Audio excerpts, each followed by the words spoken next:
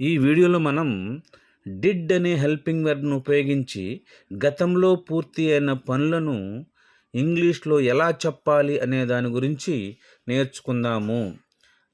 I did write a letter is equal to I wrote a letter. ఈ రెండు sentence కూడా ఒకే meaning కలిగి ఉంటాయి. ఆ మీనింగ్ ఏంటంటే నేను ఒక ఉత్తరం రాశాను.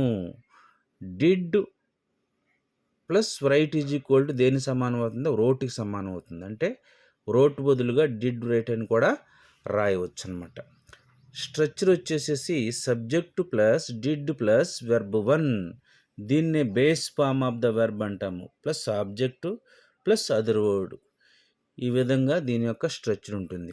సబ్జెక్టు ప్రొనౌన్స్ అనేవి 7 ఉన్నాయి. అవేంటంటే I, we, you, they, he, she, it. ఈ 7ని సబ్జెక్టు ప్రొనౌన్స్ అంటాము. ప్లస్ డిడ్, ఈ డిడ్ని హెల్పింగ్ వెర్బ్ అంటాము. తెలుగులో సహాయక క్రియని అంటాము. ప్లస్ V1 అంటే వెర్బ్ 1 అంటే base form of the verb. దీని యొక్క ఫామ్ ఎలా ఉంటుందంటే take, give, do, drive, drink, ask. ఈ విధంగా base form of the verb యొక్క ఫామ్ ఉంటుందన్నమాట. కొన్ని ఎగ్జాంపుల్స్ని అయితే చూద్దాము.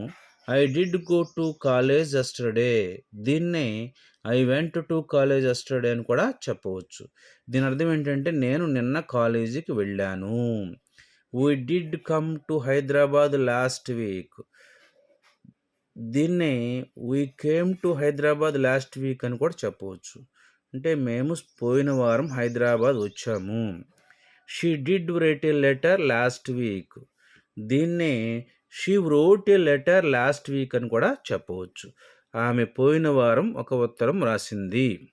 It did eat meat. అది మాంసము తిన్నది. ఇట్ అంటే ఒక జంతువుని తెలియజేస్తుంది అనమాట.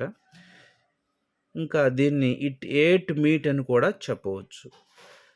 కీవర్డ్స్ వచ్చేసేసి దీనికి yesterday, last week, last month, in 2021, in 2022.